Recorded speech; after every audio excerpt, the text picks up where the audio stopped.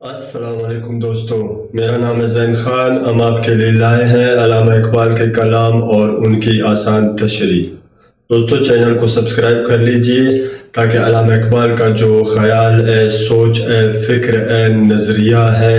پیغام ہے، وہ آپ کو مل سکے، آپ اس کو سمجھ جاؤ اور اس سے فائدہ اٹھا سکو۔ چلتے ہیں اپنے آج کے کلام کی جانب۔ اس کلام میں علامہ اقبال رحمۃ اللہ علیہ فرماتے ہیں کہ ہندوستان کی تقدیر کیسا ہوگا، اس کے باسیوں کا کیا حال ہوگا،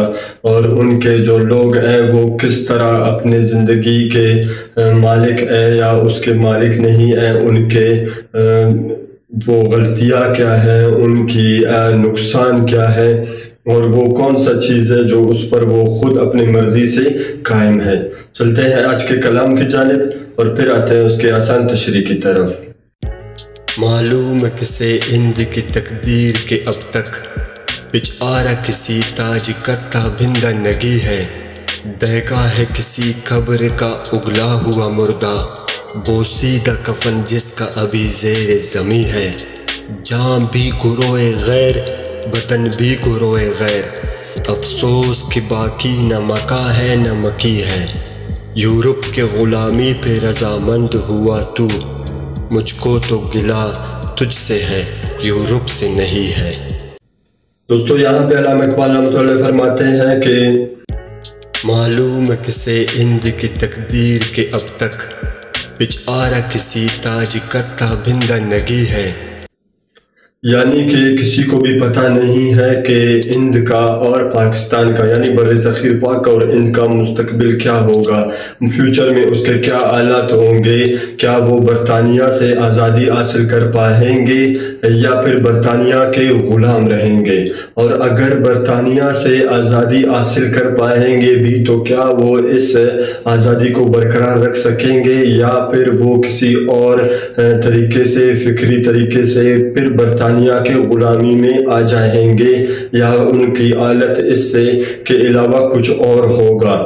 لیکن ابھی تک اس کی جو کنڈیشن ہے وہ یہ ہے کہ وہ برطانیہ کے ملکہ کے سر کے تاج کا ایک موتی ہے، برطانیہ کا ایک صوبہ ہے اور اس کو ایک صوبے کی حیثیت حاصل ہے، لیکن فیوچر میں جو لوگوں کی رائے ہے، سوچ ہے، ان میں ایک آزادی کی جو خواہش ہے، اس بیسس پر کچھ بھی نہیں کہا جا سکتا کہ آنے والے دور میں اس کے حالات کیا ہوں گے۔ دہکا ہے کسی قبر کا اگلا ہوا مردہ، بوسیدہ کفن جس کا ابھی زیر زمیں ہے۔ اس مصرعے میں علامہ اقبال رحمۃ اللہ علیہ پاکستان اور ہندوستان کے کسانوں کے بارے میں کہتے ہیں۔ دوستو کسی بھی ملک کو، کوئی بھی شہر ہو، کوئی بھی صوبہ ہو، اس کے ترقی میں سب سے جو مین رول ہوتا ہے وہ وہاں کے کسانوں کا ہوتا ہے، اور اس بات کا میں نے بذات خود ذاتی طور پر تجربہ کیا ہے، کیونکہ میں ایک ایسے علاقے سے ہوں جہاں کسان رہتے ہیں، اور اس علاقے کا، اس گاؤں کا جو معیشت کا دار و مدار ہے وہ کسانوں کے معاشی حالات سے جڑا ہوتا ہے۔ جب بھی ہمارے علاقے میں کسان خوشحال ہوتے ہیں، ان کو ان کے فصل کا پورا منافع مل جاتا ہے، تو اس سے پورے علاقے میں ایک خوشحالی آتی ہے، اور اس سے جو ہمارے علاقے کے اگر کسائی ہے تو ان کو بھی زیادہ منافع ملتا ہے، وہ بھی خوشحالی کے دنوں میں اگر عام دنوں میں 1000 کماتے ہیں تو خوشحالی کے دنوں میں وہ 4-5 ہزار کماتے ہیں، یعنی ان کا جو گوشت ہوتا ہے وہ زیادہ فروخت ہوتا ہے۔ اسی طرح جو کپڑے بیچنے والے ہوتے ہیں وہ بھی کسانوں کی خوشحالی کے سال میں زیادہ کپڑے بیچ کر زیادہ منافع کماتے ہیں۔ اس طرح جوتے والے، دوسرے جو دکانیں ہیں، تمام جو بازار ہوتا ہے وہ مارکیٹ ہوتا ہے، کسانوں کی خوشحالی سے ان میں ایک خوشحالی آ جاتی ہے، ان کا سیل بڑھ جاتا ہے، ان کو منافع زیادہ ملتا ہے۔ لیکن جس سال کسانوں کا جو ان کو پورا منافع نہیں ملتا، ان کی بحالی ہوتی ہے، تو اس سال پورے علاقے میں ایک معاشی جو یوں سمجھے کہ ایک معاشی کمزوری آ جاتی ہے، اور ہر کوئی اتنا منافع حاصل نہیں کر پاتا جتنا وہ خوشحالی کے دنوں میں کرتا ہے۔ تو اسی طرح ایک کسان کے خوشحالی پہ اس کے ملک کا خوشحالی کا بھی دار و مدار ہوتا ہے، اس کے عوام کے بھی خوشحالی کا دار و مدار ہوتا ہے۔ کیونکہ پاکستان اور ان کے علاوہ اگر آپ یورپ کے اور مغرب کے کسانوں کو دیکھو گے تو ان پر ٹیکس بھی بہت کم لگتا ہے، ان کو بیج سستا ملتا ہے، اسپرے ان کو سستا ملتا ہے، کھاد وغیرہ ان کو سستا ملتا ہے، اور ان کے جو منافع ہوتے ہیں وہ بھی حکومت خود طے کر کے ان کو بہت زیادہ منافع دیتا ہے، جس سے یورپ کے اور باقی دنیا کے جو کسان ہوتے ہیں وہ خوشحال ہوتے ہیں۔ اس کے بنسبت ہمارے جو پاکستان اور ہندوستان کے کسان ہیں وہ محنت بھی بہت کرتے ہیں اور اپنے کھیتی باڑی کا دیکھ بھال بھی بہت کرتے ہیں، لیکن انہیں وہ منافع وصول نہیں ہوتا یا ملتا نہیں ہے، کیونکہ ہمارے یہاں پر بیجوں پر بھی ٹیکس لگائے ہوتے ہیں۔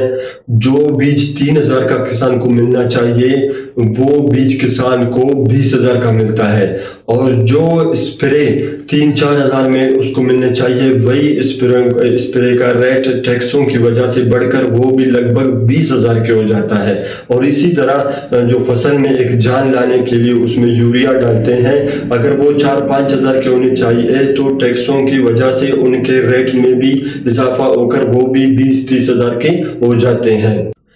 جب کسان اپنا فصل لے کر مارکیٹ پہنچ جاتا ہے اور جب اس کو سیل کرتا ہے تو سمجھو کہ وہ 1 لاکھ روپے کماتا ہے اس فصل سے، اور اگر اس 1 لاکھ سے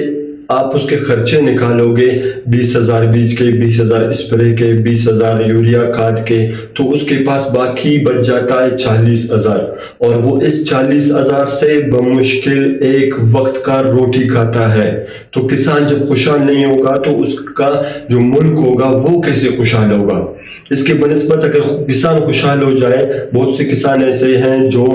کروڑوں روپے میں کماتے ہیں، تو ان کو اگر پورا منافع مل جائے تو وہ کسانوں کو فیکٹریاں لگانے کا بھی موقع ملے گا۔ مثال کے طور پر اگر کسی کسان کے ساتھ 10 کروڑ روپے آیا ہے اور وہ فیکٹری لگاتا ہے، اور فیکٹری بھی سمجھو کہ جوتے کا لگاتا ہے، تو اس فیکٹری میں سب سے پہلے جو کام کرنے والے لوگ ہوتے ہیں ان کو سیلری ملتا ہے، ان کے زندگی میں ایک خوشحالی آتی ہے۔ ساتھ ساتھ وہ اس فیکٹری میں جو بنائے گئے جوتے ہوتے ہیں انہیں ہم باہر ممالک میں بیچ کر، یعنی امریکہ ہو گیا، یورپ ہو گیا، آسٹریلیا ہو گیا، یا سنگاپور ہو گیا، یا دوسرے دنیا میں جب وہ جوتے بھیجے جاتے ہیں تو ان سے ملک میں ڈالر آتا ہے، جس کی وجہ سے ڈالر کے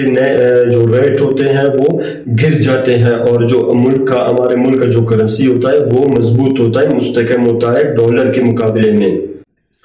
تو اس سے آپ خود اندازہ لگاؤ دوستو کہ کسان کے خوشحالی سے ایک ملک میں کتنی خوشحالی آتی ہے، اور کسان پر اگر ٹیکس ختم کر دیے جائیں گے تو اس سے اس ملک کے لوگوں کا کتنا فائدہ ہوگا۔ یعنی کسی بھی زرعی ملک ہوتا ہے اس کی خوشحالی کا دار و مدار اس کے کسانوں پر ہوتا ہے۔ علامہ اقبال کہتے ہیں کہ جو قوم غلام ہے اور جس پر ٹیکس لگایا گیا ہے، جس کے کسان کا حالت پہلے سے بدحال ہے اور بہت زیادہ ٹیکس کی بوجھ کی وجہ سے اس کی زندگی تباہ و برباد ہو جاتی ہے، اور اس کی حالت ایسے ہو جاتی ہے جیسے کسی قبر نے اپنے مردے کو باہر اگلا ہو، یعنی اس کے بہت زیادہ محنت اور مشقت کی وجہ سے کسان کے صرف اور صرف ہڈیاں رہ جاتی ہے، وہ صرف ہڈیوں کا ڈھانچہ بن کے رہ جاتا ہے، اس کے جسم پر گوشت اور چربی کا نام و نشان نہیں ہوتا، اس کو خوراک نہیں ملتا، اور اس کا جتنا بھی جو انرجی ہے، اس کا خون اور پسینہ وہ اپنے کھیت میں کام کرنے سے بالکل ختم ہو جاتا ہے، اور ایسے ظاہر ہوتا ہے کہ جیسے ابھی اس کو یہ ایک مردہ ہے اور اس کو قبر نے باہر نکال کے پھینکا ہو، اور مردہ بھی وہ کہ جس کا کفن بھی ابھی تک قبر میں پڑا ہو۔ تو یہ حالت ہوتا ہے ایک غلام قوم کے، ایک غلام معاشرے کے کسانوں کا، اور یہ سب کچھ ایک پلان کے تحت ہوتا ہے کہ کسانوں کو مفلوج اور مجبور اور محتاج کر کے جب محتاج کرتے ہیں تو پلان یہ ہوتا ہے کہ کسان ترقی نہ کرے، تاکہ کسان ترقی نہ کرے تو وہ قوم ترقی نہ کرے۔ جاں بھی گروہ غیر، بدن بھی گروہ غیر، افسوس کہ باقی نہ مکا ہے نہ مکی ہے۔ یہاں پر کہتے ہیں کہ جان بھی گروہ غیر، بدن بھی گروہ غیر،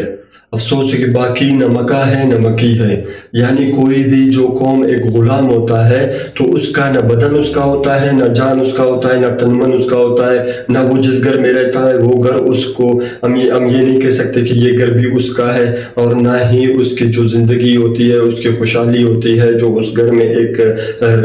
خوشحالی ہوتی ہے، یعنی کہہ سکتے ہیں کہ اس گھر میں یہ ایک آباد گھر ہے، یہاں پر لوگ رہتے ہیں، تو وہ اس گھر میں وہ خوشحالی بھی نہیں رہتی، کیونکہ غلام قوم ہمیشہ ایک ٹینشن میں رہتا ہے، پریشانیوں میں رہتا ہے، غلامی کے دلدل میں وہ اس طرح گر چکا ہوتا ہے کہ اس کو احساس ہی نہیں ہوتا کہ میرے زندگی میں یہ جو پریشانیاں، یہ مصیبتیں ہیں، یہ جو غم ہے، یہ جو میرے ٹینشن ہے، یہ سب میرے غلامی کی وجہ سے ہے، اس کو یہ احساس ہی نہیں ہوتا۔